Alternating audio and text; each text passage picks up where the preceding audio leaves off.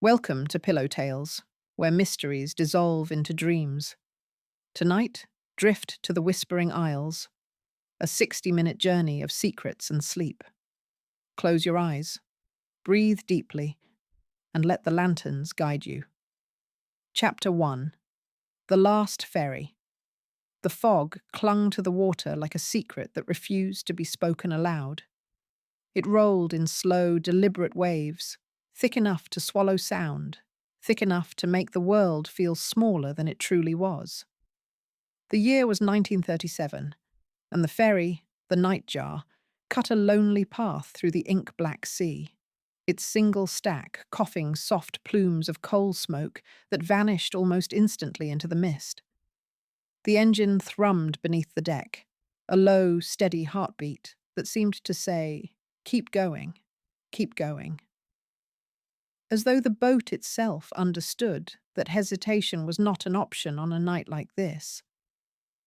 You sat alone on the upper deck, the only passenger brave, or foolish, enough to book passage to the Whispering Isles after the equinox.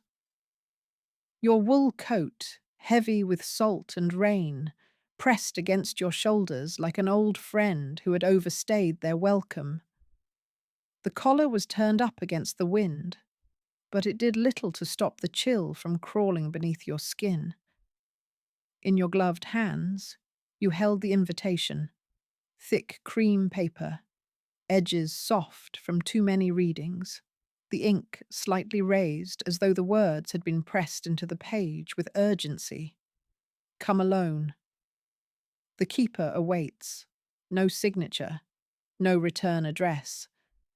Just those 5 words, and the faint scent of jasmine that lingered on the paper long after the envelope had been torn open. The deck creaked beneath your boots as you shifted, the wood damp and swollen from weeks of sea air. Below, the water slapped lazily against the hull, a sound so rhythmic it might have been a lullaby, if not for the unease that coiled in your chest. You had left the mainland at dusk, the sky bleeding from bruised violet to charcoal. And now, hours later, the darkness felt absolute. No stars, no moon, only the ferry's running lights, 2 pale eyes staring into the void, and the occasional glint of phosphorescence in the wake. A bell clanged somewhere forward, mournful and metallic. The captain's voice followed, crackling through a brass loudspeaker mounted above the wheelhouse. Next stop, Whispering Isles. No return until dawn. The words were clipped, efficient, but there was something beneath them, an undercurrent of warning, perhaps, or resignation. You had heard the stories, of course. Everyone had. 7 islands, shaped like the backs of sleeping turtles, rising from the sea like the vertebrae of some ancient, drowned creature. Sailors spoke of them in hushed tones in dockside pubs, their voices dropping whenever the name was mentioned. The Whispering Isles. A place where compasses spun like drunk dancers and fog never lifted, not truly. A place where ships went in and did not come out. You told yourself you were not afraid. Curiosity, you had decided, was a stronger force than fear. The invitation had arrived 3 days ago, slipped beneath the door of your flat in Edinburgh while you slept. No postmark, no footsteps in the corridor, just the envelope, waiting like a patient ghost. You had turned it over in your hands a dozen times, tracing the wax seal. A lantern, its flame curled into the shape of a question mark. The paper was expensive, the kind used for wedding invitations or death notices, and the handwriting was elegant, almost aristocratic, each letter formed with the care of someone who had all the time in the world. The ferry lurched suddenly, a slow, rolling motion that made your stomach dip. You gripped the rail, the metal cold and slick beneath your gloves. For a moment, the fog parted, just enough to reveal the islands, 7 dark shapes, hunched against the horizon, their edges softened by mist. They seemed closer than they should have been, as though the sea had folded in on itself, drawing the nightjar forward with invisible hands. And there, on the highest point of the nearest island, a light blinked. Once, twice, steady, golden. A lantern, suspended in the air, unmoving despite the wind. It hovered above the cliff like a promise or a warning. You leaned forward, squinting into the darkness.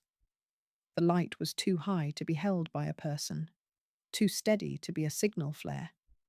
It simply was, a fixed point in a world that refused to stay still. The ferry's engine slowed, the thrum deepening into a growl, and the boat began to turn, angling toward a narrow channel between two of the islands. The water here was darker, almost oily, and the fog pressed closer, wrapping the nightjar in a cocoon of grey. You could no longer see the lantern, but you felt it, watching, waiting, pulling you forward. The deck tilted again as the ferry navigated the channel. Rocks loomed on either side, jagged and black, their surfaces slick with seaweed. You caught a glimpse of something carved into one of them, a symbol perhaps, or a face. But the fog swallowed it before you could be sure. The air grew heavier, thick with the scent of salt and something else, something green and alive, like crushed leaves after rain. Your breath fogged in front of you, slow curls that hung in the air before dissolving. The cold was deeper now, seeping through your coat, through your skin, into your bones. You shivered, but not entirely from the temperature. A sound drifted across the water, faint, almost imagined. A voice, perhaps, or the wind playing tricks. You strained to hear it, but the engine's rumble drowned it out. The ferry was slowing, the channel widening into a small harbour. Stone piers jutted out like broken fingers, and at the end of the longest one, a figure stood, cloaked in navy, hooded, motionless. In their hand, a lantern. The same golden light you had seen from the cliff, now closer, brighter, its flame unshaken by the wind. The figure did not wave, did not call out, simply waited, as though they had been standing there for years. The nightjar bumped gently against the pier, the impact jarring despite its softness. Ropes were thrown, caught, looped around iron cleats with practiced efficiency. The engine cut out, and in the sudden silence, the world felt too large, too quiet. You stood, your legs stiff from hours of sitting, and made your way to the gangplank. The crew, 2 men, faces weathered and expressionless, did not meet your eyes. One of them gestured toward the pier, a curt motion that said, "Go." You stepped onto the gangplank, the wood creaking beneath your weight, and descended into the fog. The figure with the lantern did not move as you approached. Up close, you could see the cloak was heavy wool, the colour of midnight, and the hood cast their face in shadow. Only their hands were visible, pale, slender, holding the lantern with a stillness that felt unnatural. The flame inside was not orange, not yellow, but a deep, liquid gold, as though it burned with something purer than fire. You stopped a few feet away, the invitation crumpled in your fist. "You're late," the figure said. The voice was soft, feminine, with a lilt that might have been Scottish or Irish or something older. It carried easily over the sound of the waves, though she had not raised it. "But the night is patient." You opened your mouth to speak, but no words came. The fog pressed closer, and the lantern's light seemed to push it back, creating a small circle of clarity around the two of you. The pier stretched behind her, leading to a path that wound up the cliff, lined with stones that gleamed wetly in the glow. Beyond, the manor waited, Blackthorn Manor, though you would not learn its name until later. For now, it was only a shape, a darker smudge against the dark, its windows blind and unlit. The figure turned, the lantern swinging gently at her side, and began to walk. You followed, because there was nothing else to do. The pier gave way to the path, the stones smooth and cold beneath your boots. The air was thick with the scent of the sea, but also something sweeter. Jasmine again, faint but unmistakable.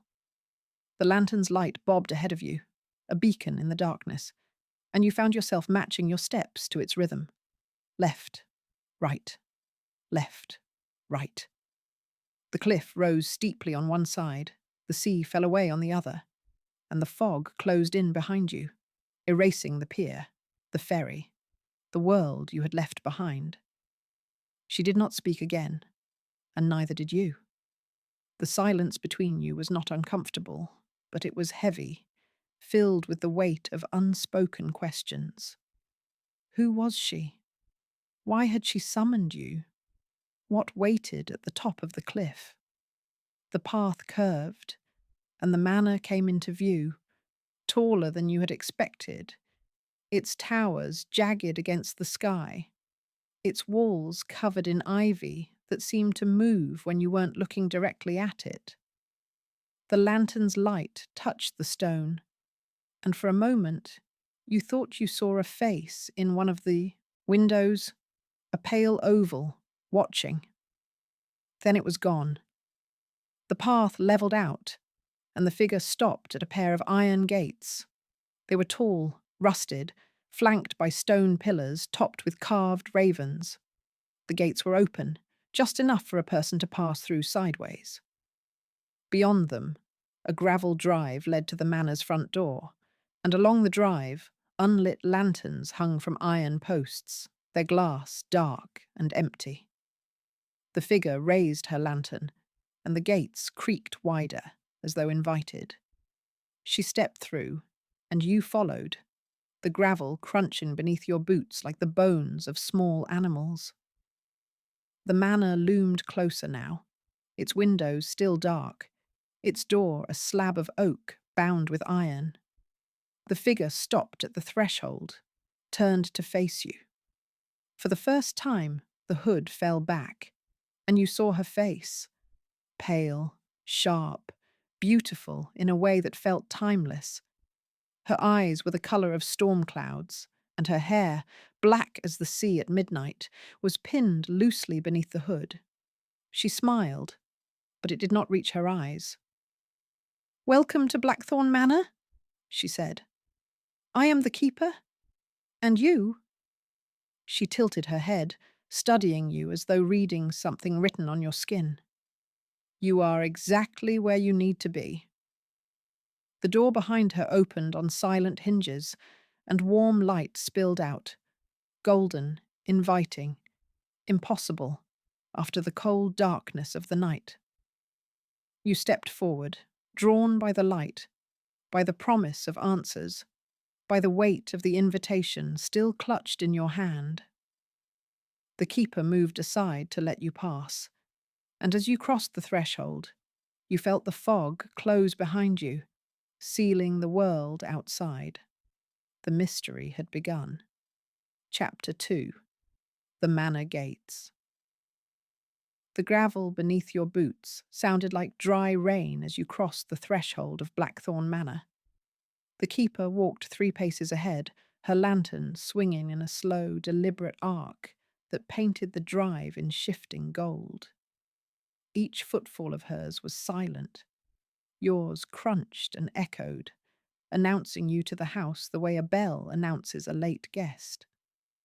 The air inside the gates was different, thicker, scented with wet stone and something metallic, like old coins left in a fountain.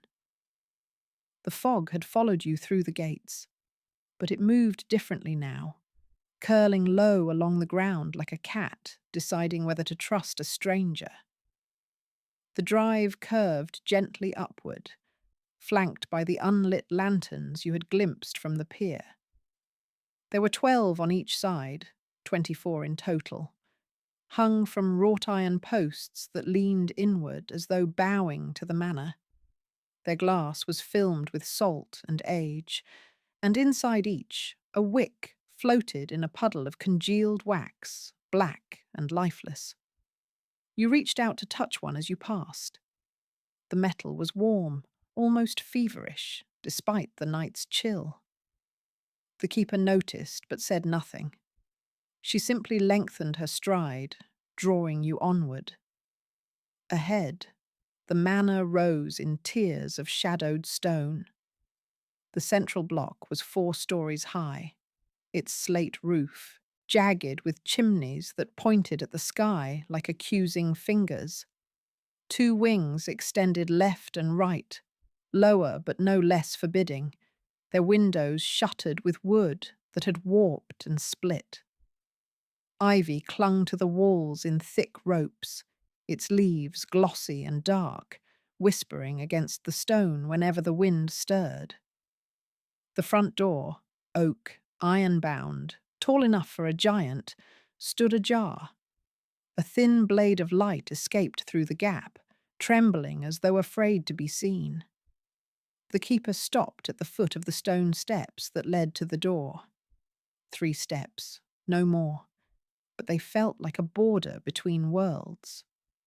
She turned to you, the lantern held low so that its glow pooled around her boots. "This house has not welcomed a guest in 9 years," she said. Her voice was soft, but it carried the weight of a verdict. "Not since the night the clocks stopped." She did not explain what she meant. She did not need to. The silence that followed was explanation enough. You opened your mouth to ask her name, something ordinary, something to anchor you. But she spoke first. "Names are heavy here," she said, anticipating the question. "They sink. Call me Keeper. It is enough." She smiled then, a small, crooked thing that did not reach her eyes. "And you may keep whatever name you arrived with. For now." The lantern lifted, and the light touched the door. It swung inward on silent hinges, revealing a hallway that stretched farther than the manor's exterior should have allowed. The floor was black and white marble, cracked in places, veined with dust. A chandelier hung from the ceiling, its crystals dulled with cobwebs, but a single candle burned in its centre, guttering in a draught you could not feel. Portraits lined the walls, men and women in stiff collars and lace, their eyes following you with the patience of the long dead. The air smelled of cedar, salt, and something sweeter, like roses left too long in water. The keeper stepped inside, and you followed. The door closed behind you with a soft, final click. The sound was not loud, but it echoed, bouncing off the high ceiling and settling into your bones. You were inside now. There was no going back. Not tonight. Perhaps not ever. She led you across the hall to a grand staircase that curved upward, like the spine of some great beast. The banister was carved with ships and moons, the wood polished to a deep, liquid black. Each step sighed as you placed your weight upon it, a sound like a held breath finally released. Halfway up, you paused.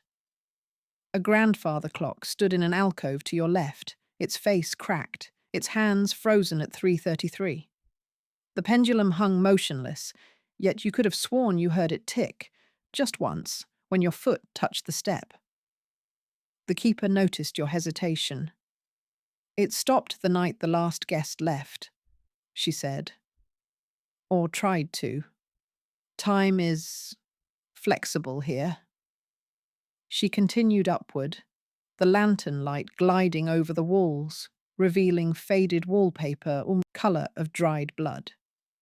You followed, the invitation still crumpled in your fist, its edges cutting into your palm. At the top of the stairs, a corridor stretched in both directions, lined with doors. Most were closed, their handles tarnished brass. One stood ajar, a sliver of darkness beyond. The keeper moved toward it, her cloak brushing the floorboards with a sound like waves on shingle. She pushed the door open, and warm light spilled out. Not the cold gold of the lantern, but something softer, amber, almost alive. "Your room," she said. "But first, a rule." She turned to face you fully, the lantern held between you like a boundary. Never follow a lantern that flickers twice, not once, not 3 times. Twice. Do you understand? You nodded, though you did not understand. Not yet. The rule felt arbitrary, like a nursery rhyme meant to frighten children. But her eyes were serious, storm grey and ancient, and you found yourself nodding again, more firmly this time. "Good," she said. She stepped aside, gesturing you into the room. It was larger than you expected, with a 4-poster bed draped in midnight blue velvet, a fireplace where embers glowed without flame, and a window that looked out over the sea. The fog pressed against the glass, but through it you could see the lanterns, hundreds of them, floating above the waves like a constellation fallen to earth. The keeper placed her lantern on a small table beside the bed. The flame inside burned steady, unwavering. "Sleep if you can," she said. "The house will speak to you in dreams. Listen, but do not answer. Not yet." She moved toward the door, then paused. "And remember the rule." She was gone before you could reply, the door closing with the same soft click that had sealed you inside the manor. You stood alone in the amber light, the invitation still in your hand, the clock's frozen hands ticking in your memory. Outside, the fog thickened, and somewhere in the distance, a lantern flickered. Once, twice, then went dark. You did not follow it. Not yet. Chapter 3. The East Wing Library. The corridor beyond your room was colder than the night air outside, as though the manor exhaled winter from its lungs. You had not intended to leave the bedroom so soon. The keeper's rule still echoed in your ears, and the weight of the journey pressed against your eyelids like lead. Yet sleep refused you. The bed was too soft, the silence too loud, and the invitation, now smoothed flat on the bedside table, seemed to pulse with a question you could not yet form. So you rose, slipped your coat back on, and opened the door. The hallway stretched left and right, identical in its gloom. The lantern the keeper had left behind burned low on the table, its golden flame reduced to a coin-sized glow. You hesitated, then lifted it. The handle was warm, almost alive, and the light responded to your touch, brightening just enough to reveal the wallpaper's pattern. Faded ships, sailing through storms that never ended. You turned left. Why left, you could not say, and walked. The floorboards did not creak beneath your weight. They sighed, as though relieved to be walked upon after years of solitude. Portraits watched from the walls, their eyes painted with such skill that you felt judged. A woman in emerald silk, her mouth a slash of crimson. A man with a navel beard, one hand resting on a globe. A child holding a lantern that flickered even in paint. You passed them all, the keeper's lantern casting long shadows that danced like conspirators. At the end of the corridor, a double door stood ajar. Oak, carved with ravens and moons, the same motif as the staircase.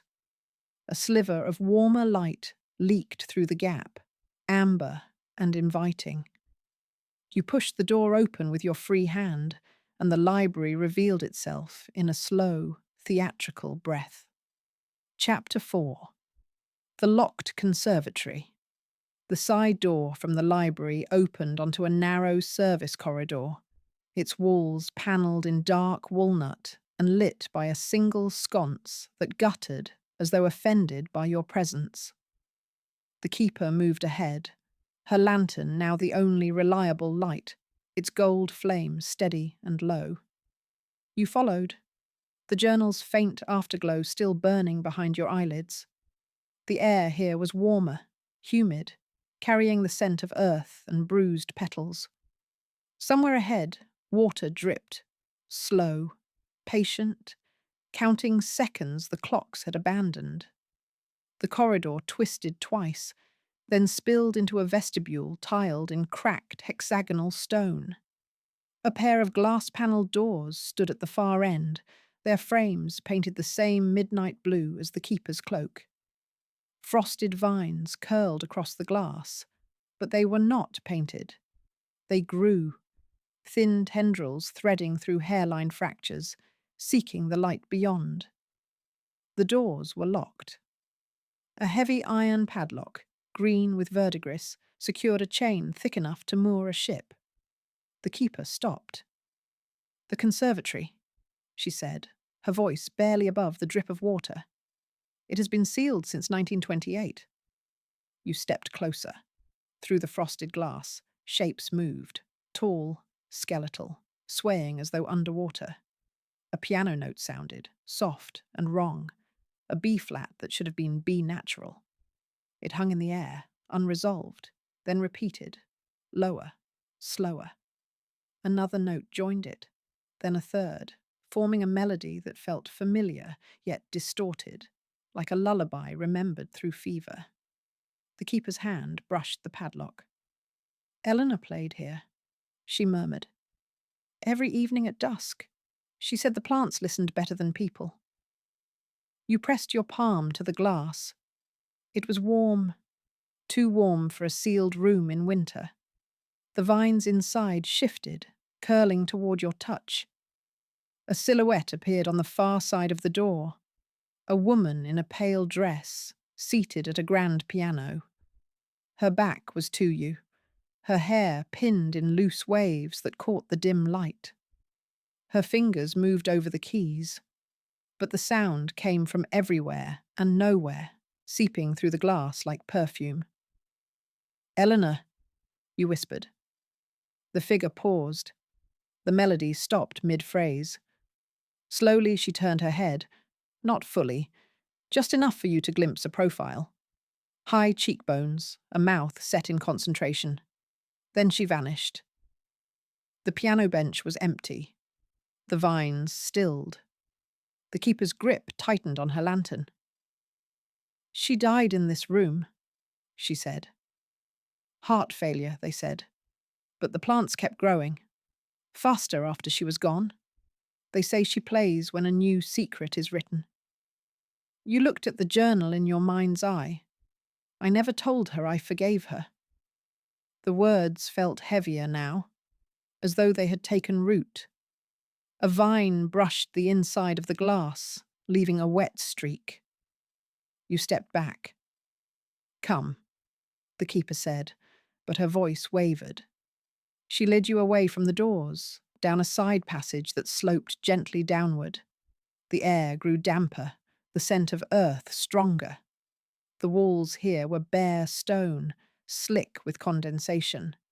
Your lantern cast long shadows that stretched ahead like fingers.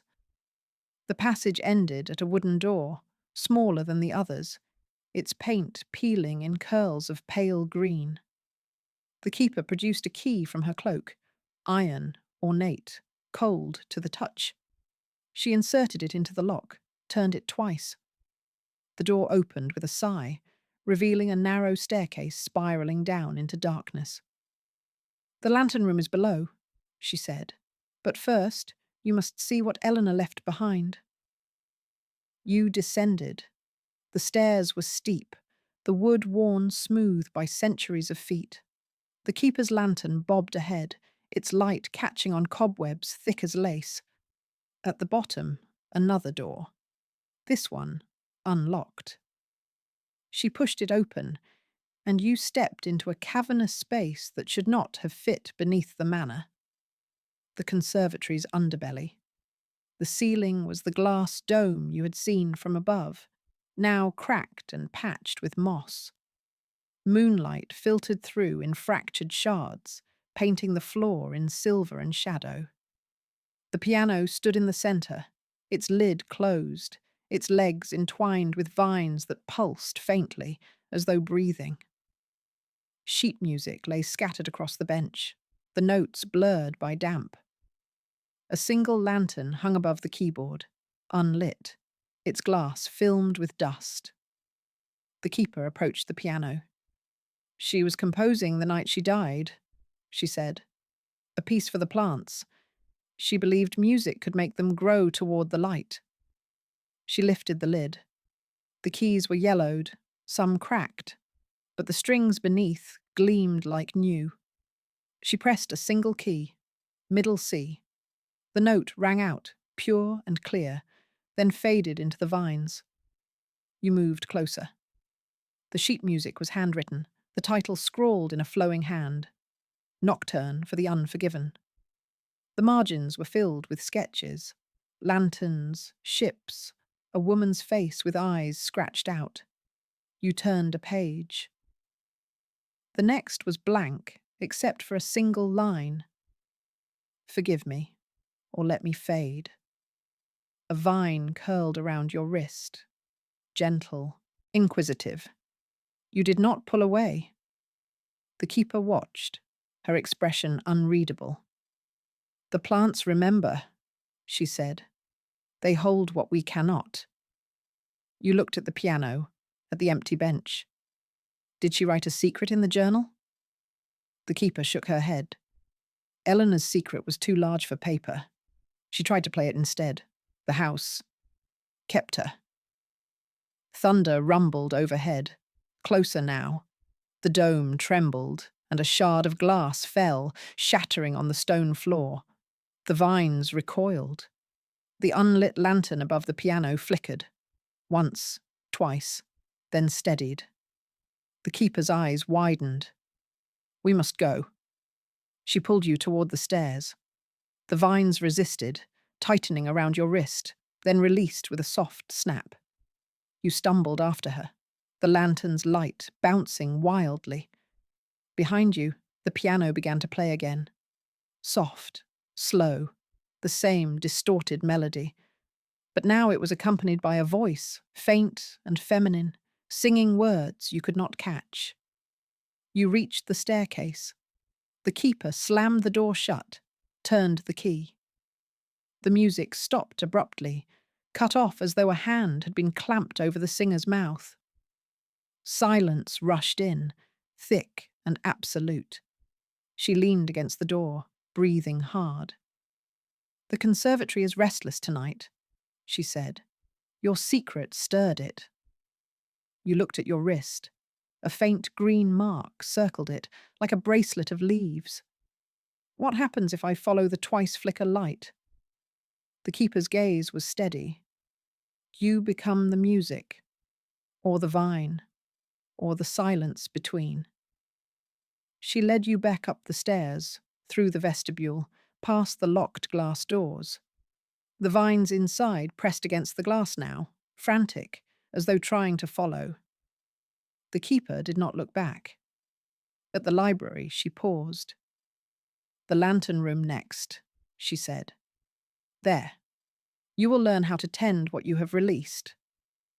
You nodded, the green mark on your wrist tingling. The mystery was no longer outside you. It was growing, rooting, reaching for the light. It was vast, 2 stories high, with a gallery running around the upper level. Bookshelves rose like cliffs, their spines a mosaic of leather and cloth. Gold lettering dulled by dust. A spiral staircase of iron twisted upward to the gallery, each step a narrow blade. In the centre of the room, A massive desk dominated the space, its surface cluttered with maps, inkwells, and a single leather-bound journal. Above the desk, a skylight of stained glass depicted a ship caught in a whirlpool, the colours muted by grime. The air smelled of cedar, salt, and the faint sweetness of decay, paper surrendering to time. The keeper stood at the desk, her back to you, arranging lanterns. Not one, but 7, each a different colour, each burning with a steady flame. Crimson, indigo, seafoam, amber, violet, emerald, gold.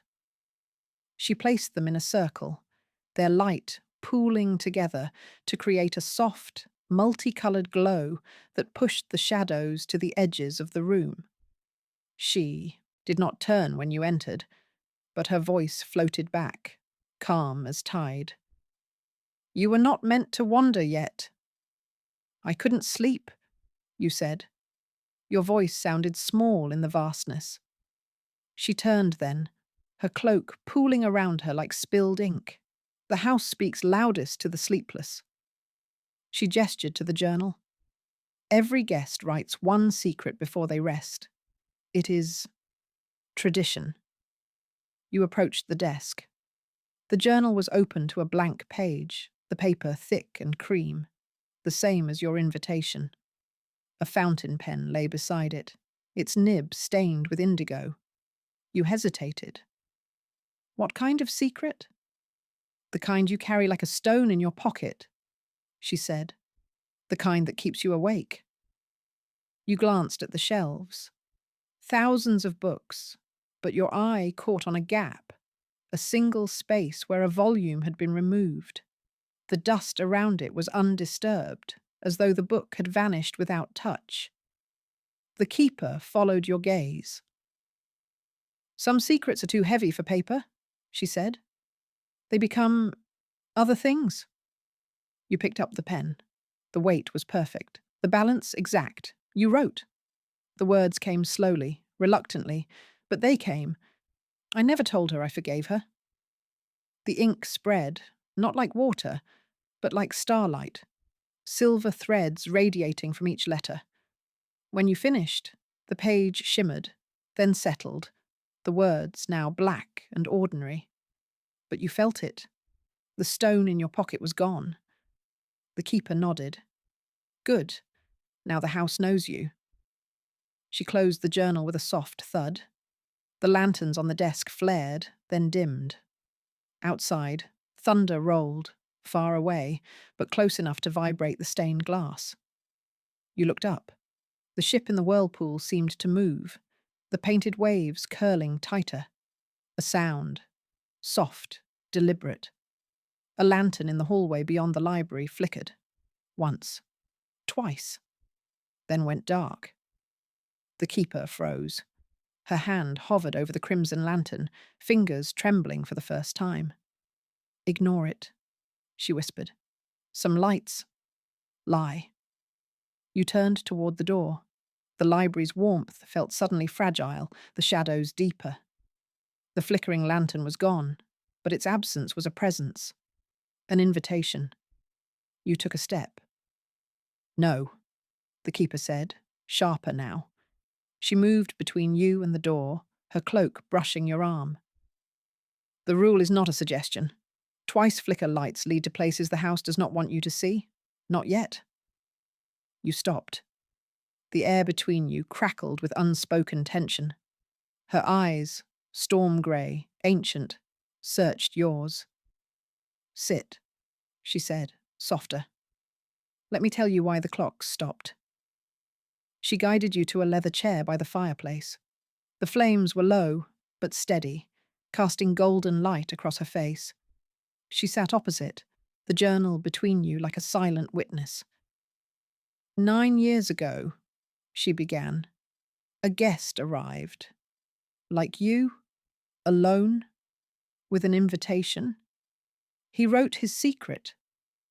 The money was never mine. The house accepted it.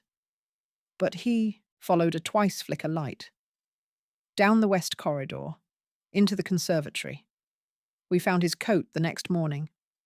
Nothing else? She leaned forward, the firelight catching the planes of her face. The lanterns are the house's memory. Each one holds a secret.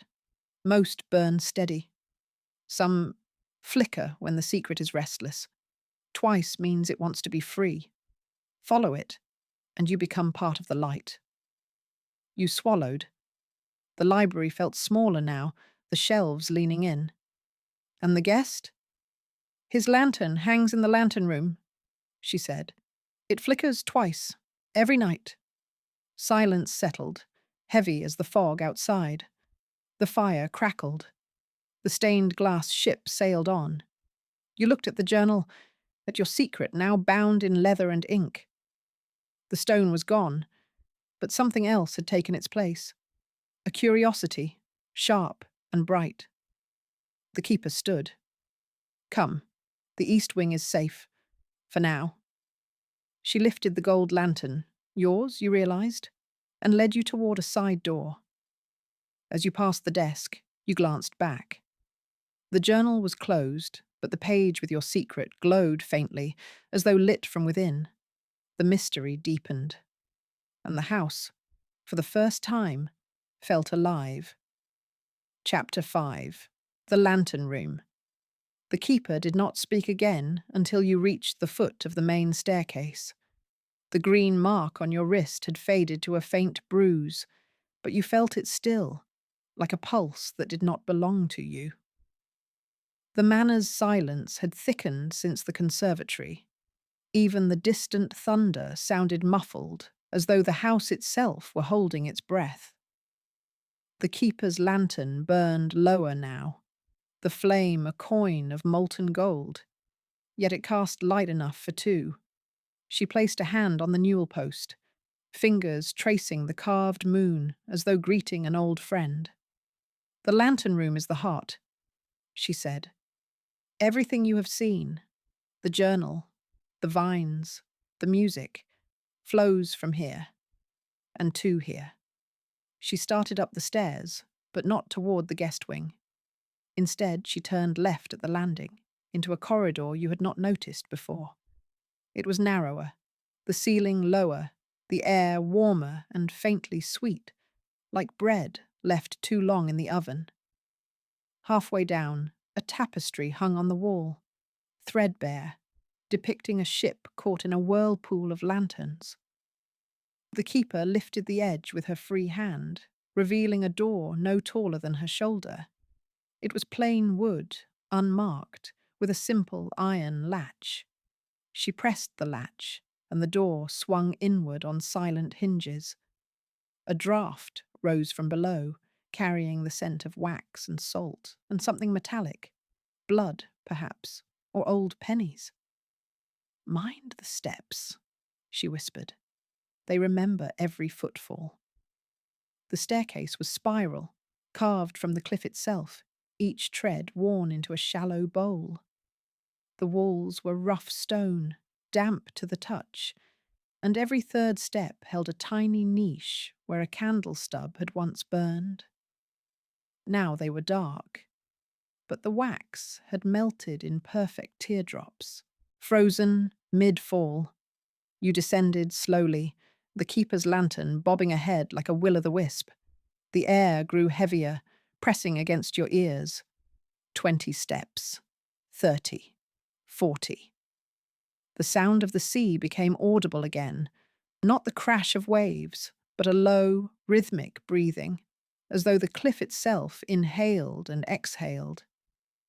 At the bottom, the staircase opened into a circular chamber no wider than the library above, yet it felt boundless. The ceiling was the underside of the manor's foundation, massive oak beams blackened with age, dripping with condensation. The floor was flagstone, slick and uneven, radiating a faint warmth. And in the centre, suspended from the beams by silver chains, hung 12 lanterns. They were exquisite, each a different colour, each a different shape. Some globular, some faceted like jewels, one shaped like a nautilus shell. Their flames burned without flicker, without smoke, without source. Crimson, indigo, seafoam, amber, violet, emerald, gold, and 5 more you could not name, colours that hurt to look at directly, as though they belonged to dreams rather than waking. The light they cast did not reach the walls. Instead, it pooled in the centre of the room, creating a perfect circle of illumination. Beyond that circle, darkness waited, patient and absolute. The keeper stepped into the circle. The lanterns responded, their flames brightening in greeting. She set her own lantern, now revealed to be the 12th, its glass etched with tiny ships, onto a low stone plinth at the circle's heart. It joined the others, completing the ring. "This is the lantern room," she said. "Every secret written in the journal becomes a lantern. Every lantern burns until the secret is resolved, or until the keeper releases it." You moved closer. The heat from the flames was gentle, like sunlight through leaves. You could feel each one tugging at something inside you. Curiosity, regret, longing. The gold lantern, the one that had guided you from the ferry, pulsed brighter when you approached. "That one is yours," the keeper said. "It will burn until your secret is resolved." You reached out. The glass was warm, almost hot, but not painful. Inside, the flame danced in slow motion, forming shapes, faces, ships, a hand reaching through fog. You whispered the secret again. Softer this time. "I never told her I forgave her." The flame flared, then settled, the shapes dissolving into pure light. The keeper watched, her expression unreadable. "Now you learn the ritual." She took a small silver trimmer from her cloak, delicate, antique, its blades curved like a bird's beak. "Trim the wick when the flame grows too high. Whisper the secret when it grows too low. Let the flame carry it to the sea when it is ready." She demonstrated on the crimson lantern. The wick was long, blackened at the tip. She snipped it cleanly. The flame shrank, then steadied. She leaned close, lips barely moving, and the flame leaned, with her, as though listening. Then she opened a small hatch at the lantern's base. A puff of air, warm, scented with jasmine, escaped, and the flame stretched outward, thinning into a ribbon of light that floated through the air, out of the circle, into the darkness beyond. You followed it with your eyes. It drifted upward, through a crack in the ceiling, and was gone. "The sea takes what we cannot carry," she said. "But only when we are ready." You looked at your lantern. The wick was perfect, the flame steady. You were not ready. Not yet. The keeper moved to the indigo lantern. Its flame was low, almost blue. She whispered something you could not catch, then opened the hatch. The ribbon of light that emerged was thin, trembling, the colour of bruises. It floated upward, but slower, as though reluctant. Halfway to the ceiling, it wavered, then fell, extinguishing with a soft hiss on the flagstones. The lantern went dark. "Some secrets refuse release," she said. "They become restless." She gestured to the walls. Now that your eyes had adjusted, you saw them. Dozens of empty hooks, rusted chains, shattered glass. The remnants of lanterns that had burned out, or been smashed, or simply vanished. One hook held a lantern with no glass, its flame burning directly on the wick, exposed and vulnerable.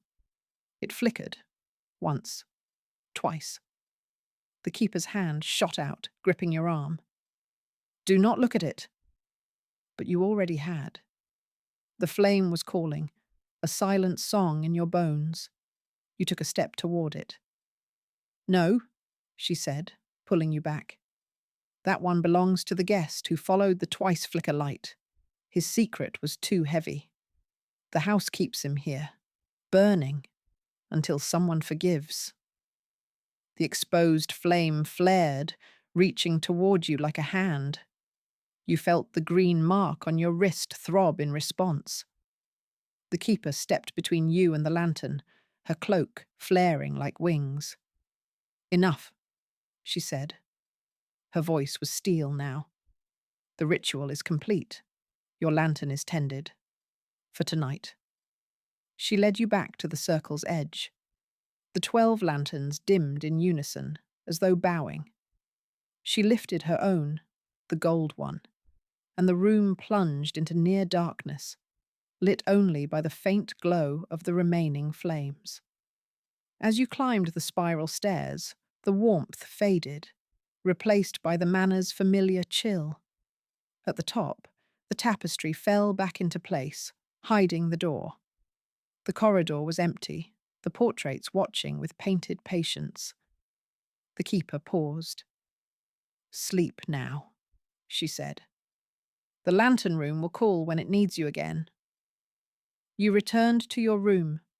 The bed was still too soft, the silence still too loud, but the lantern on the bedside table burned steady, its flame a perfect reflection of the one below. You lay down, the green mark on your wrist, a faint shadow now. Outside, the sea breathed. Inside, the lanterns waited. The mystery was no longer a story. It was a rhythm, slow and deliberate, lulling you toward sleep. Chapter 5. The Lantern Room, 1,000 Words. The keeper did not speak again until you reached the foot of the main staircase. The green mark on your wrist had faded to a faint bruise, but you felt it still, like a pulse that did not belong to you. The manor's silence had thickened since the conservatory. Even the distant thunder sounded muffled, as though the house itself were holding its breath. The keeper's lantern burned lower now, the flame a coin of molten gold, yet it cast light enough for two. She placed a hand on the newel post, fingers tracing the carved moon as though greeting an old friend. "The lantern room is the heart," she said. "Everything you have seen, the journal, the vines, the music, flows from here, and to here." She started up the stairs, but not toward the guest wing. Instead, she turned left at the landing, into a corridor you had not noticed before. It was narrower, the ceiling lower, the air warmer and faintly sweet, like bread left too long in the oven. Halfway down, a tapestry hung on the wall, threadbare, depicting a ship caught in a whirlpool of lanterns. The keeper lifted the edge with her free hand, revealing a door no taller than her shoulder. It was plain wood, unmarked, with a simple iron latch. She pressed the latch, and the door swung inward on silent hinges. A draught rose from below, carrying the scent of wax and salt and something metallic, blood, perhaps, or old pennies. "Mind the steps," she whispered. "They remember every footfall." The staircase was spiral, carved from the cliff itself, each tread worn into a shallow bowl. The walls were rough stone, damp to the touch, and every third step held a tiny niche where a candle stub had once burned. Now they were dark, but the wax had melted in perfect teardrops, frozen mid-fall. You descended slowly, the keeper's lantern bobbing ahead like a will-o'-the-wisp. The air grew heavier, pressing against your ears. 20 steps, 30, 40. The sound of the sea became audible again, not the crash of waves, but a low, rhythmic breathing, as though the cliff itself inhaled and exhaled. At the bottom, the staircase opened into a circular chamber no wider than the library above, yet it felt boundless. The ceiling was the underside of the manor's foundation. massive oak beams blackened with age, dripping with condensation. The floor was flagstone, slick and uneven, radiating a faint warmth. And in the centre, suspended from the beams by silver chains, hung 12 lanterns. They were exquisite, each a different colour, each a different shape. Some globular, some faceted like jewels, one shaped like a nautilus shell. Their flames burned without flicker, without smoke, without source.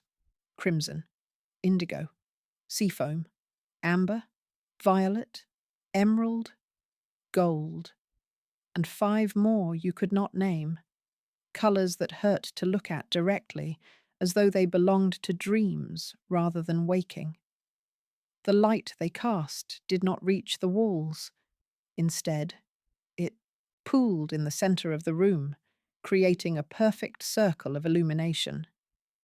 Beyond that circle, darkness waited, patient and absolute. The keeper stepped into the circle. The lanterns responded, their flames brightening in greeting. She set her own lantern, now revealed to be the 12th, its glass etched with tiny ships, onto a low stone plinth at the circle's heart. It joined the others, completing the ring. "This is the lantern room," she said. "Every secret written in the journal becomes a lantern. Every lantern burns until the secret is resolved, or until the keeper releases it." You moved closer. The heat from the flames was gentle, like sunlight through leaves. You could feel each one tugging at something inside you: curiosity, regret, longing. The gold lantern, the one that had guided you from the ferry, pulsed brighter when you approached. "That one is yours," the keeper said. "It will burn until your secret is resolved." You reached out. The glass was warm, almost hot, but not painful. Inside, the flame danced in slow motion, forming shapes, faces, ships, a hand reaching through fog. You whispered the secret again, softer this time. I never told her I forgave her. The flame flared, then settled, the shapes dissolving into pure light. The keeper watched, her expression unreadable. "Now you learn the ritual." She took a small silver trimmer from her cloak, delicate, antique, its blades curved like a bird's beak. "Trim the wick when the flame grows too high. Whisper the secret when it grows too low. Let the flame carry it to the sea when it is ready." She demonstrated on the crimson lantern. The wick was long, blackened at the tip. She snipped it cleanly. The flame shrank, then steadied. She leaned close, lips barely moving, and the flame leaned with her, as though listening. Then she opened a small hatch at the lantern's base. A puff of air, warm, scented with jasmine, escaped, and the flame stretched outward, thinning into a ribbon of light that floated through the air, out of the circle, into the darkness beyond. You followed it with your eyes. It drifted upward, through a crack in the ceiling, and was gone. "The sea takes what we cannot carry," she said, "but only when we are ready." You looked at your lantern. The wick was perfect, the flame steady. You were not ready. Not yet. The keeper moved to the indigo lantern. Its flame was low, almost blue. She whispered something you could not catch, then opened the hatch. The ribbon of light that emerged was thin, trembling, the colour of bruises. It floated upward, but slower, as though reluctant. Halfway to the ceiling it wavered, then fell, extinguishing with a soft hiss on the flagstones. The lantern went dark. "Some secrets refuse release," she said. "They become restless." She gestured to the walls. Now that your eyes had adjusted, you saw them. Dozens of empty hooks, rusted chains, shattered glass. The remnants of lanterns that had burned out, or been smashed, or simply vanished. One hook held a lantern with no glass, its flame burning directly on the wick, exposed and vulnerable. It flickered. Once. Twice. The keeper's hand shot out, gripping your arm. Do not look at it. But you already had. The flame was calling, a silent song in your bones. You took a step toward it. No, she said, pulling you back. That one belongs to the guest who followed the twice flicker light. His secret was too heavy. The house keeps him here, burning, until someone forgives. The exposed flame flared, reaching toward you like a hand. You felt the green mark on your wrist throb in response. The keeper stepped between you and the lantern, her cloak flaring like wings. Enough, she said. Her voice was steel now. The ritual is complete. Your lantern is tended. For tonight. She led you back to the circle's edge. The 12 lanterns dimmed in unison, as though bowing.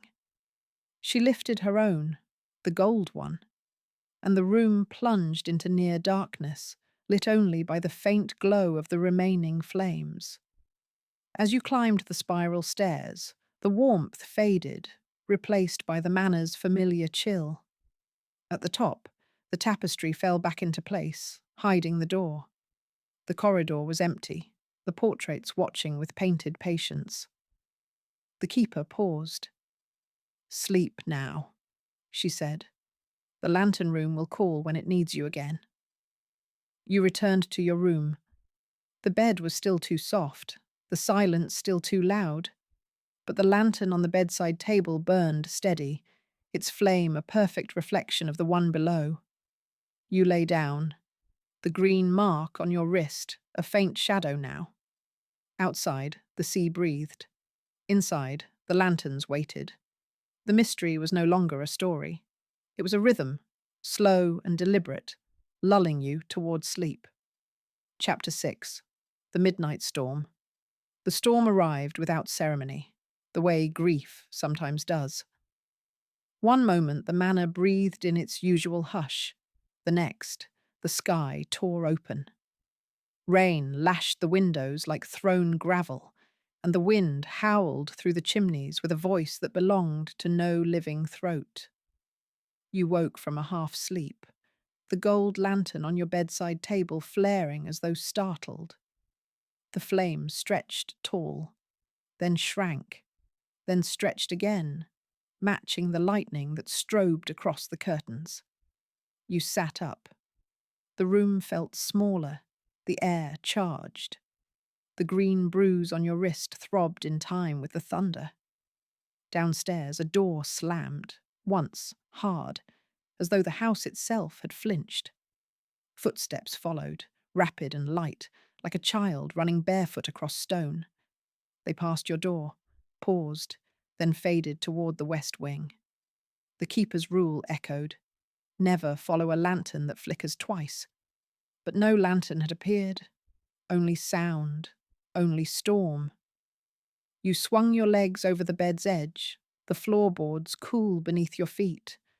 The lantern on the table steadied, its flame settling into a slow pulse. You lifted it. The handle was hot now, almost urgent. The corridor outside was blacker than before. The portrait's eyes reflected the lantern's gold in tiny, watchful coins. The footsteps had stopped, but the storm filled the silence with its own percussion. Rain, wind, the distant crash of waves against the cliff. You moved left, toward the main staircase, drawn by instinct rather than plan. Halfway down, the grandfather clock loomed. Its hands still read 3:33, but the pendulum twitched, just once, like a sleeper stirring in a dream. Lightning flashed. For an instant, the hallway was daylight bright. In that flash, you saw her. A child, no more than 8, standing at the foot of the stairs. Pale dress, bare feet, hair the colour of candle smoke. She held a lantern, small, dented, unlit. She looked up at you, eyes wide and ancient, then vanished as the darkness rushed back. Thunder followed, shaking dust from the chandelier. You descended the remaining steps, two at a time. The front door rattled in its frame, but it was the west corridor that called now, a narrow throat of shadow leading away from the entrance hall. The keeper had warned against it, the conservatory, the guest who never left. Yet the child's footprints, wet, tiny, glimmered on the marble, leading west. You followed.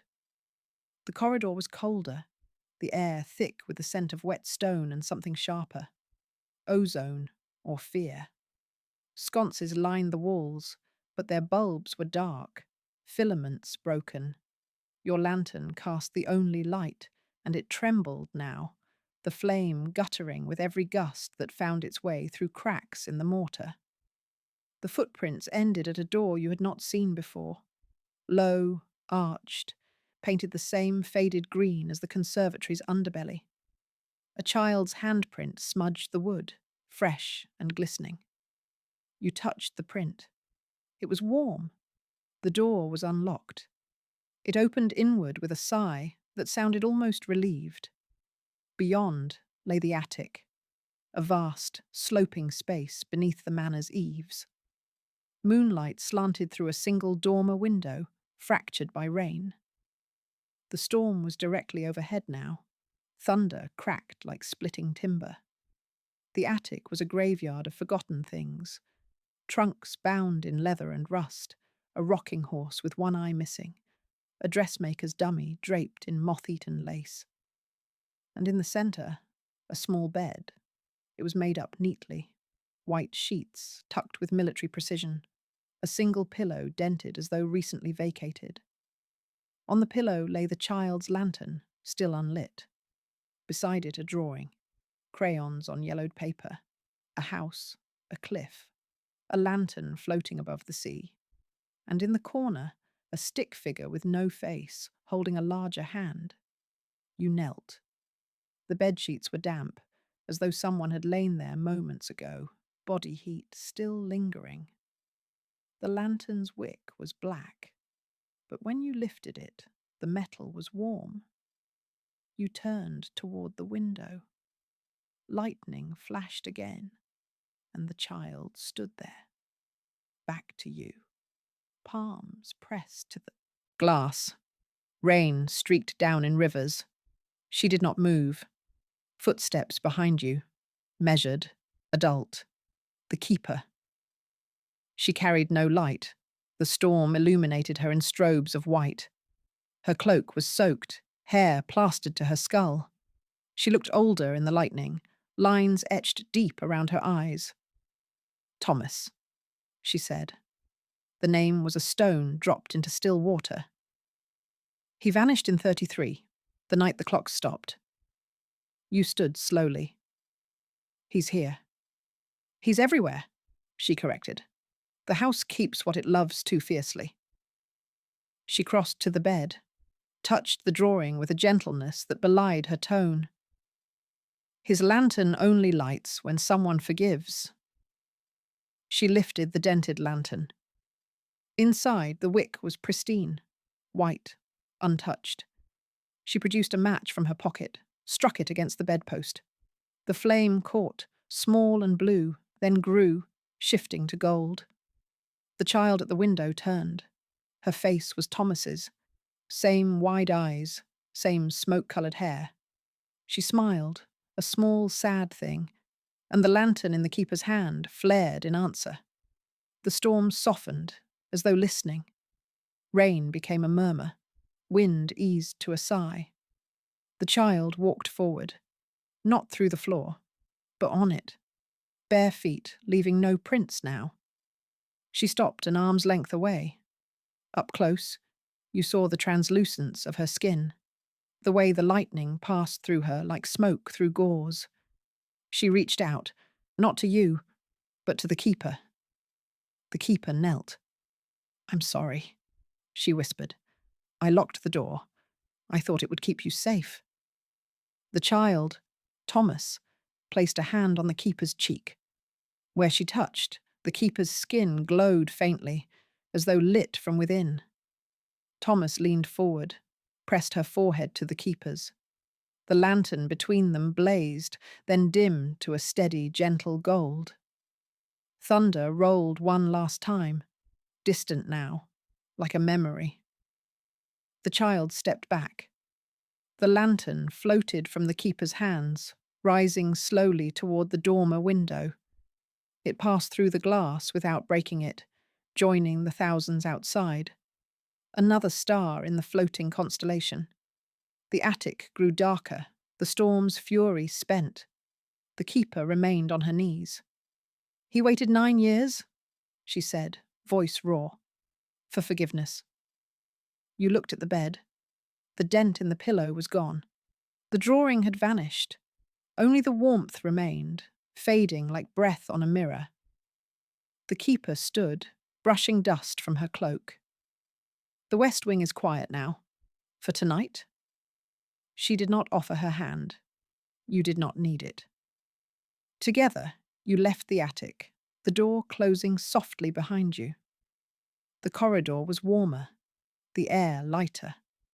The grandfather clock's pendulum hung still, but you could have sworn it ticked, just once, as you passed.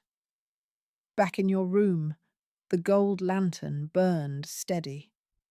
You lay down, the storm now a lullaby of rain on slate. The green mark on your wrist had faded entirely. Somewhere below, in the lantern, room, a new flame joined the circle, small, blue at first, then gold. The house exhaled, and for the first time since arriving, you slept. Chapter 7. The Hidden Chapel. The storm's departure left the manor in a hush so complete it felt like the aftermath of a confession.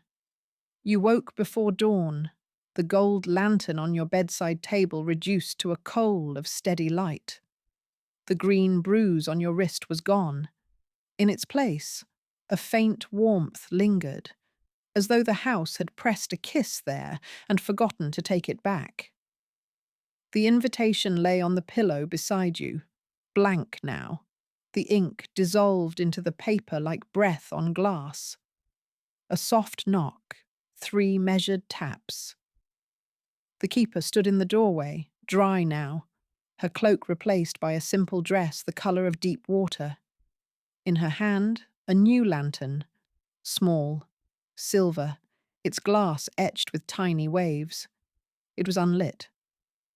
"The house is ready to show you its oldest secret," she said. "Come." She led you down the main staircase, past the grandfather clock, its hands still frozen at 3:33, yet the pendulum hung a fraction lower, as though gravity had finally noticed it. At the foot of the stairs, she knelt and pressed her palm to a flagstone. It depressed with a click. A section of the wainscoting slid aside, revealing a narrow passage no wider than a coffin. The air that breathed out was cool, mineral, ancient. "Few guests see the chapel," she said. "Only those whose secrets have begun to root." You followed her into the dark. The passage sloped downward, the walls rough-hewn from the cliff itself. Your lantern, hers now in your hand, cast a silver pool that revealed fossils embedded in the stone, ammonites, fish with needle teeth, a single feather frozen mid-fall.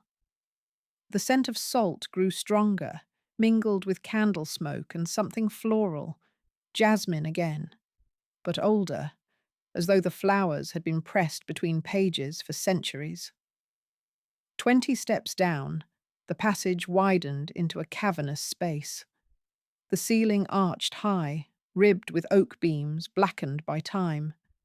The floor was polished basalt, reflecting the lantern's light like still water. And at the far end, beneath a rose window of stained glass, stood the chapel. It was small, no more than 12 pews, 6 to a side, but perfect in its proportions. The altar was a single slab of granite, its surface worn smooth by centuries of hands. Above it, the stained glass depicted not saints, but ships. A caravel caught in a whirlpool, a galleon with sails of fire, a tiny ferry. the nightjar, cutting through fog. The colours were muted by grime, but when the keeper lit a match and touched it to a candle on the altar, the glass woke. Crimson, indigo, sea foam, colours you recognised from the lantern room, poured across the stone in slow, liquid pools. She lit more candles, 7 in total, arranged in a semicircle. Their flames were steady, but each burned a different hue, matching the lanterns below. The chapel filled with soft light, revealing details you had missed. Pews carved with the same ships and moons motif, a baptismal font filled with seawater that glowed faintly, and on the altar, a leather-bound book larger than the journal upstairs. Its cover was cracked, the title embossed in gold, long since flaked away. The keeper opened the book. The pages were vellum, thick and translucent, covered in handwriting that shifted as you watched. First English, then Latin, then something older, symbols that hurt to read. She turned to a page near the centre. The ink was fresh, still wet. "Every secret confessed here becomes a lantern," she said. "But the oldest secrets, they become the house itself." She began to read. Her voice was low, almost a chant, the words rolling like tide. "I was the captain's daughter. I lit the first lantern to guide him home. The storm took him. The light stayed. I stayed. Forgive me, or let me fade."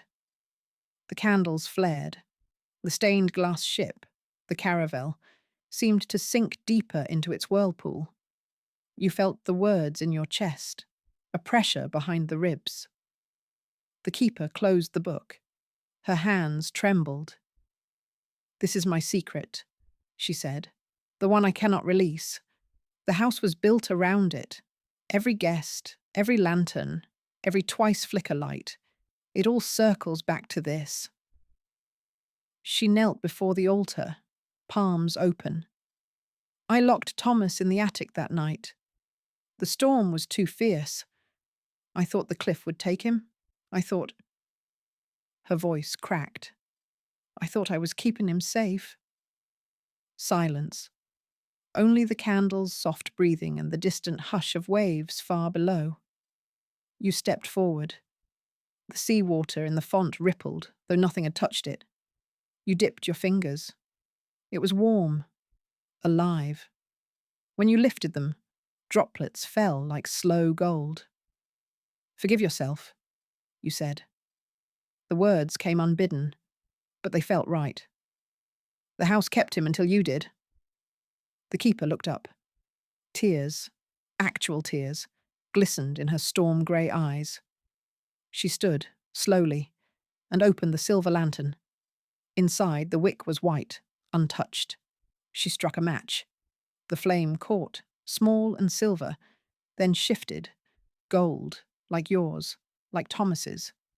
It floated upward, through the rose window, joining the constellation outside. The stained glass brightened. The nightjar sailed free of the fog. The candles dimmed to embers. The chapel exhaled. The keeper closed the book. "The house is lighter now," she said, "but not empty. Your secret still burns." She led you back through the passage. The fossils seemed to watch with new interest. At the top, the wainscoting slid shut, seamless. The grandfather clock's pendulum had moved. 3:34 now, a single minute reclaimed. In the entrance hall, dawn was beginning to press against the windows, a pale grey promise. The keeper stopped at the foot of the stairs. "One more night," she said. "Then the ferry returns. Or—" She smiled, the first true smile you had seen. "You stay? The lantern. Room always needs a keeper." You looked at the gold lantern in your hand. Its flame was steady, but smaller now, as though waiting for your decision. The mystery was no longer a wait. It was a choice. You nodded. Not yes, not no. But I understand. The keeper turned toward the west wing, where the conservatory's vines still whispered. You turned toward the east, where your room and your lantern waited. The house settled around you, content to wait. Chapter 8. The Vanishing Guest. You woke to a room that was not yours. The bed was the same, midnight blue velvet, dented pillow. But the walls had shifted. The window now looked inland, over a garden choked with roses that bloomed black in the pre-dawn gloom. The gold lantern on the bedside table was gone. In its place lay your coat, neatly folded, the invitation tucked into the breast pocket like a pressed flower. The paper was blank again, but the wax seal had reappeared, intact, the lantern and question mark crisp and red. A mirror hung opposite the bed, framed in driftwood. You had not noticed it before. Your reflection stared back. But the eyes were wrong, too calm, too knowing. The green bruise on your wrist had returned, darker now, shaped like a tiny lantern. You touched it. It pulsed once, warm as breath. The door opened without a knock. The keeper entered, but she was different. Her dress was the same deep water blue, yet it moved as though underwater, ripples trailing her steps. Her hair was loose, wet, smelling of salt. In her hands, she carried no lantern. Instead, she held a single key, iron, heavy, the twin of the one that had opened the chapel passage. "You slept through the turning?" she said. Her voice was softer, almost apologetic. "The house rearranges itself for those who stay too long." You sat up. The mattress sighed like the staircase. "Where is my lantern?" "Safe," she said. "But not here. Come." She led you into the corridor. It was the same hallway, yet not. The portraits were gone. In their place, empty hooks where frames had hung. The wallpaper had peeled away in strips, revealing raw plaster etched with faint drawings. Ships, lanterns, a child's hand reaching for a door. The grandfather clock stood at the far end, but its face was blank, hands melted into slag. 3:34 had become a scar. The keeper moved swiftly now, the key glinting between her fingers. You followed through the entrance hall, now stripped of its chandelier, the ceiling a cavern of exposed beams, and up the west staircase. The conservatory doors loomed ahead, but the padlock was gone. The glass was clear, the vines inside motionless, as though holding their breath. She inserted the key into a lock you could not see. The doors swung inward on silent hinges. The conservatory was transformed. The cracked dome had been repaired with panes of frosted glass. Moonlight poured through in soft, diffused sheets. The piano stood open, its keys gleaming white. Sheet music lay on the stand, nocturne for the unforgiven. But the margins were blank now, the scratched-out eyes erased. Eleanor sat at the bench. She was solid, flesh, not phantom. Her pale dress the colour of moonlit milk. Her hair was pinned in the same loose waves you had glimpsed through the glass. She did not play. She simply waited, hands folded in her lap, eyes fixed on the keeper. "You kept your promise," Eleanor said. Her voice was the piano's middle C, pure, resonant, impossible to ignore. "You forgave the boy." The keeper's shoulders sagged. "I kept the house," she corrected. "That was the bargain." Eleanor turned to you, and you kept the secret. But secrets grow roots. They drink the light. You stepped forward. The floor was warm beneath your bare feet, the stone pulsing like a slow heartbeat. "Where is my lantern?" Eleanor smiled, sad, gentle. "Where all lanterns go when their keepers vanish. On the cliff." The keeper moved to a side door you had not seen before. A small, arched portal set into the glass wall. It opened onto a balcony of black iron, cantilevered over the cliff. The sea was far below, a writhing mass of ink and silver. The storm had passed, but the air still crackled with its memory. Thousands of lanterns floated above the waves, a galaxy fallen to earth. And there, on the balcony's railing, burned yours, gold, steady, alone. You walked to it. The flame was smaller now, the wick trimmed to a pinpoint. Inside the glass, shapes moved. Your face, your mother's, the words you had never spoken. The keeper stood behind you, the key cold against your palm as she pressed it into your hand. "The house needs a new keeper," she said. "One who understands forgiveness. One who can release what cannot be carried." You looked at the lantern, at the key, at the sea. Eleanor's voice drifted from inside. "The ferry leaves at dawn, but dawn never comes here. Not truly." You understood then?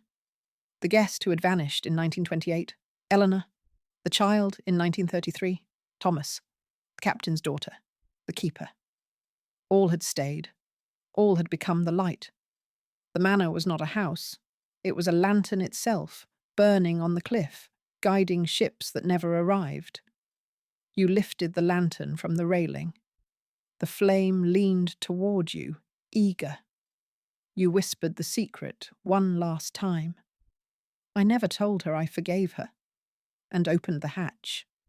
The ribbon of light uncoiled, golden and bright, soaring over the cliff. It joined the constellation, then kept rising, higher, higher, until it became a star. The balcony trembled. The conservatory behind you began to dissolve, glass panes melting into mist, vines retreating into stone, the piano folding in on itself like a music box closing. Eleanor stood, her dress fading to transparency. She placed a hand on the keeper's shoulder. "It's time," she said. The keeper nodded. Tears, real, salt, human, traced paths down her cheeks. She took your hand. Hers was warm now, alive. "The house releases you," she said. "Or it keeps you. The choice was always yours." You looked at the key, at the empty railing, at the sea, now calm, the lanterns drifting like fireflies saying goodbye. You stepped back inside. The conservatory was gone. You stood in your original room, the east wing, the window facing the sea, the gold lantern back on the table, unlit. The invitation was blank. The mirror showed your own eyes again. The keeper, no longer the keeper, stood in the doorway. Her dress was simple wool now, her hair dry. She was younger somehow, human. "The ferry is at the pier," she said. "Dawn is coming, for the first time in 90 years. You dressed quickly. The coat fit as it always had. The key was heavy in your pocket, but it no longer burned.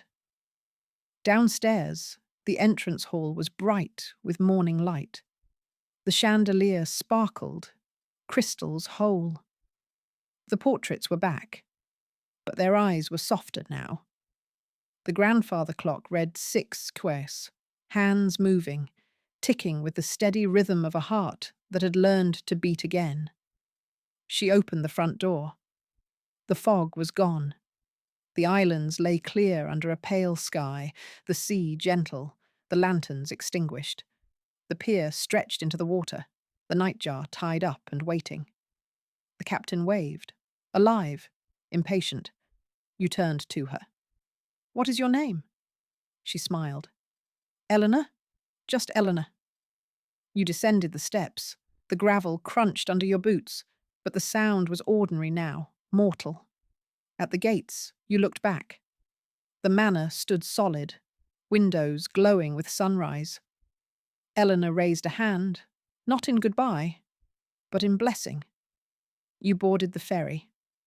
The engine coughed to life. As the boat pulled away, You saw it.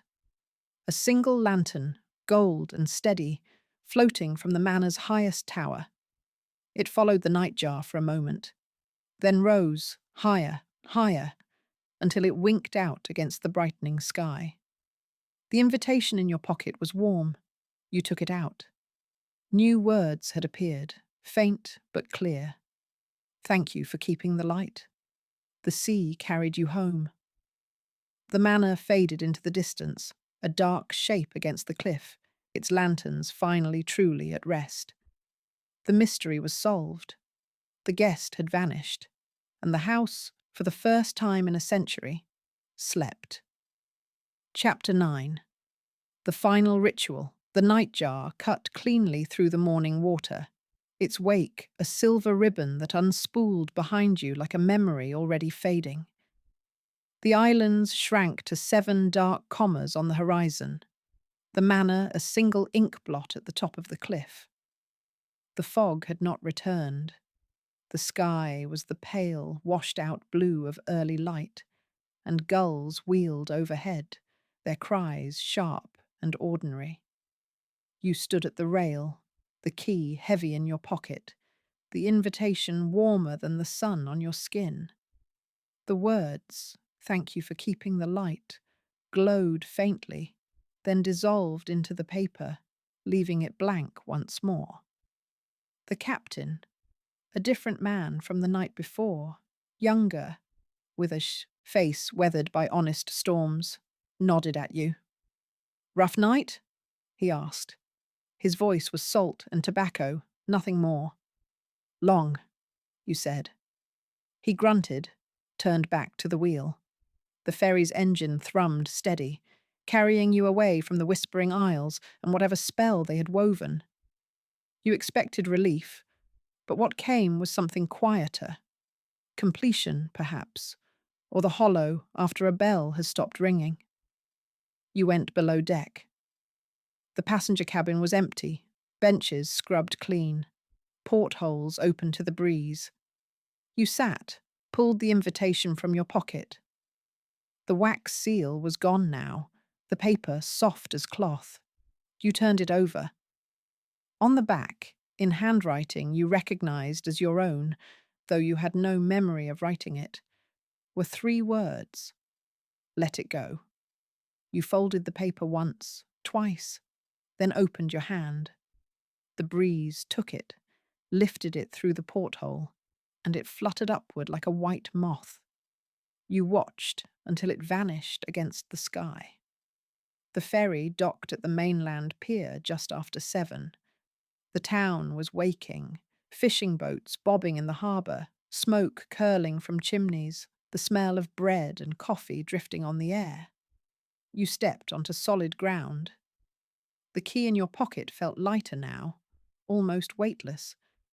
You walked the short distance to the station, bought a ticket home, and boarded the first train south. The journey blurred. Fields, villages, cities, none of them registered. You slept in fits, dreaming of lanterns floating upward, of a child's hand in yours, of a woman's voice saying forgive. When you woke, the train was pulling into your station. Evening had fallen, the sky the colour of bruised plums. Your flat was exactly as you had left it. Dust on the windowsill, a single coffee cup in the sink, the faint scent of yesterday's rain. You hung your coat, set the key on the table. It was just a key now. Iron, cold, ordinary. You made tea, sat by the window, and watched the streetlights come on one by one. That night, you dreamed of the manor. You stood in the lantern room. The 12 lanterns were gone. In their place, a single flame burned on the stone plinth. Gold, steady, yours. The keeper, no, Eleanor, stood beside you, her dress the colour of dawn. She held no lantern. She needed none. "It's time," she said. You nodded. You knew what to do. You opened the hatch at the base of the flame. There was no glass now, no wick. Just light, pure and weightless. You whispered the secret one last time, softer than breath. I forgave her. The flame did not rise. It became you. Light poured from your chest, your hands, your eyes. Golden, warm, endless. It filled the room, spilled through the cracks in the ceiling, flooded the manor from foundation to roof. The walls dissolved into mist. The cliff crumbled into sand. The sea rose, gentle and welcoming. And the light, your light, joined it, spreading across the water in ripples that carried no weight. You woke before dawn. The key was gone from the table. In its place lay a single petal, jasmine, white, perfect. You opened the window. The air was cool, clean. Far out at sea, a light blinked once, gold, steady, then vanished. You dressed, made coffee, and went to work. The day was ordinary. Emails, meetings, the hum of fluorescent lights. But something had shifted. Colleagues smiled more easily. The coffee tasted better. When you passed the florist on the corner, the jasmine in the window seemed to lean toward you. That evening, you called your mother. The conversation was short. You did not mention the manor, the lanterns, the storm. You simply said, "I forgive you." There was silence on the line, then a soft exhale, relief or tears. You couldn't tell. You hung up, feeling lighter than you had in years. Weeks passed. The petal dried on the windowsill but did not fade. The key never reappeared. You dreamed no more of the aisles. The invitation, if it had ever existed outside the manor's walls, was gone. One night, months later, you stood on a different cliff. Cornwall, summer, the sea calm below. The sun was setting, painting the water in gold. You thought of the lantern room, of Eleanor's smile, of Thomas's hand in yours. You reached into your pocket and pulled out nothing. There was nothing to release. You smiled. The light was already free. Far out at sea, a ferry passed. Small, white, ordinary. On its deck, a single passenger stood at the rail, coat collar turned up against the wind. They lifted a hand, not in farewell, but in greeting. You lifted yours in return. The ferry sailed on. The sun dipped below the horizon. The first star appeared. Gold, steady, yours. The ritual was complete.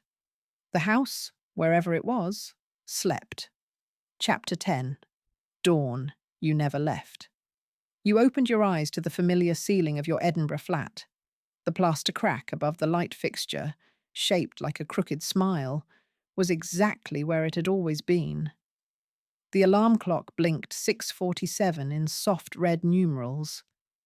Outside, the city stirred, a milk float humming down the cobbled street, gulls arguing over bakery scraps, the faint clatter of the first tram. Everything was ordinary, except for the warmth in your chest. Quiet, steady, like a hearth that had never gone out. You lay still. The dream of the manor lingered at the edges of memory, not as a nightmare, but as a lullaby you could almost hum. Lanterns, a child's hand, a woman's voice saying, "Forgive." None of it felt distant. It felt folded into the morning, the way light folds into water. The invitation was on your pillow, not the cream paper from the aisles, but a simple white envelope, your name typed in plain font. You sat up slowly. The seal was unbroken, plain red wax, no lantern, no question mark. You turned it over. No scent of jasmine. Just the faint glue and paper smell of the post. Inside, a single ticket. The nightjar. Return passage. Depart 19. And beneath it, a note in handwriting you now knew by heart. Eleanor's. You kept the light. The house is quiet. Come only if you wish to see it sleep. You dressed without hurry. The key was not in your pocket. It had never been. The jasmine petal on the windowsill had crumbled to dust overnight, leaving a pale ring on the wood. You swept it into your palm, let the breeze take it.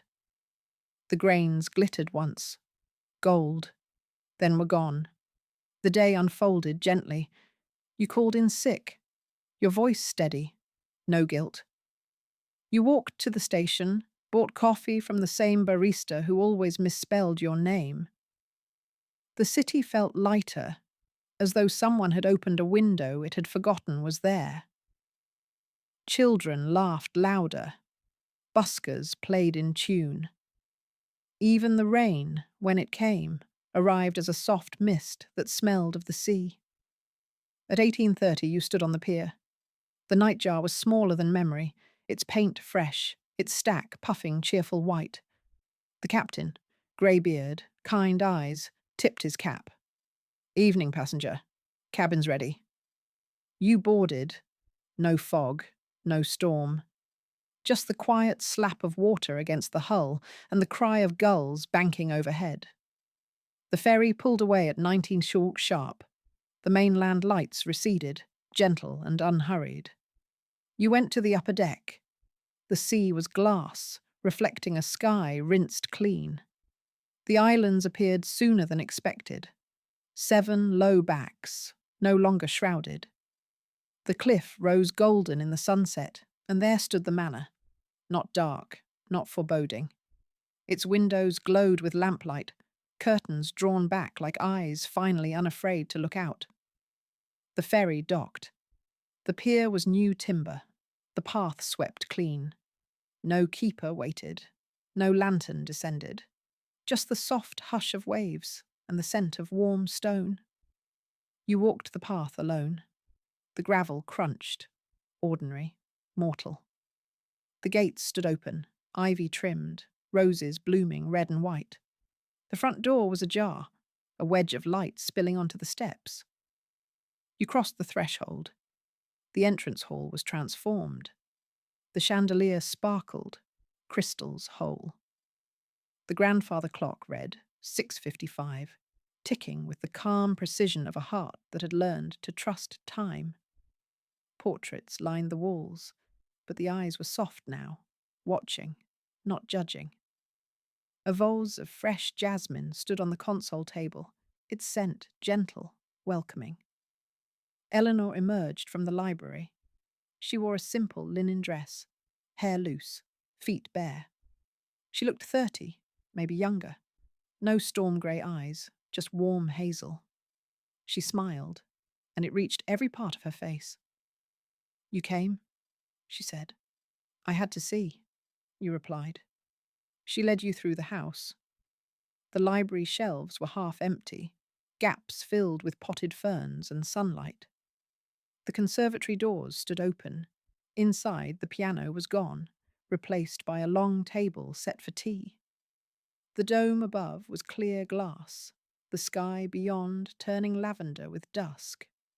Vines grew in orderly rows, heavy with white flowers. Down the hidden passage to the chapel, the stained glass ships sailed free of whirlpools. The altar book was closed, a single jasmine bloom marking a page. The seawater font was empty, refilled with fresh water that reflected the candles. 7, all gold, all steady. The lantern room was last. The spiral stairs were polished oak now, the walls painted pale cream. The chamber had shrunk to a cosy circle, the flagstones warm underfoot. The 12 hooks were bare. On the plinth sat a single lantern, glass polished, wick new, flame unlit. Eleanor lifted it. "The house no longer needs keepers," she said. "Only guests." She handed it to you. The glass was cool. You struck a match, taken from a box on the plinth, and touched it to the wick. The flame caught, small and gold, then grew until it filled the lantern with steady, perfect light. "Take it home," she said, "or leave it here. The choice was always yours." You looked around the room. The darkness beyond the circle was gone. Sunlight poured through a new window, revealing a small garden, roses, lavender, a bench facing the sea. Thomas's drawing was pinned to the wall, colours bright, the stick figures now holding hands. You set the lantern back on the plinth. The flame did not protest, it simply burned, content. Eleanor walked you to the door. The nightjar's horn sounded, soft, polite. Dusk had settled, the sky a deep indigo. The lanterns outside were gone. In their place, the first stars. At the pier, the captain waited. "Last passage tonight," he said. "After this, the ferry retires. The isles are just islands now." You boarded. Eleanor stood on the pier, barefoot, waving. The ferry pulled away. The manor's windows glowed behind her, warm and whole. As the boat cleared the harbour, the house lights winked out one by one, not extinguished, but no longer needed. Halfway to the mainland, you looked back. The cliff was dark, the islands ordinary. But in the sky above them, a single star burned brighter than the rest. Gold, steady, yours. You arrived home after midnight. The flat was quiet, the city asleep. You hung your coat, set the kettle on. On the table lay a new envelope, cream paper, your name in Eleanor's hand. Inside, a single photograph. The manor at sunset, windows open, jasmine spilling over the balcony. On the back, 3 words. You never left. You smiled, placed it beside the empty space where the jasmine petal had been. The warmth in your chest was still there. Permanent now, like a small, steady flame. You turned off the lights. The city outside was dark, but the darkness was kind. You slept without dreams, the kind of sleep that needs no lanterns. Somewhere, on a cliff that was no longer there, a house slept too, its secrets released, its clocks ticking, its doors open to the wind. The mystery was not solved. It was lived, and in living it, you became the light you were always meant to keep. Good night.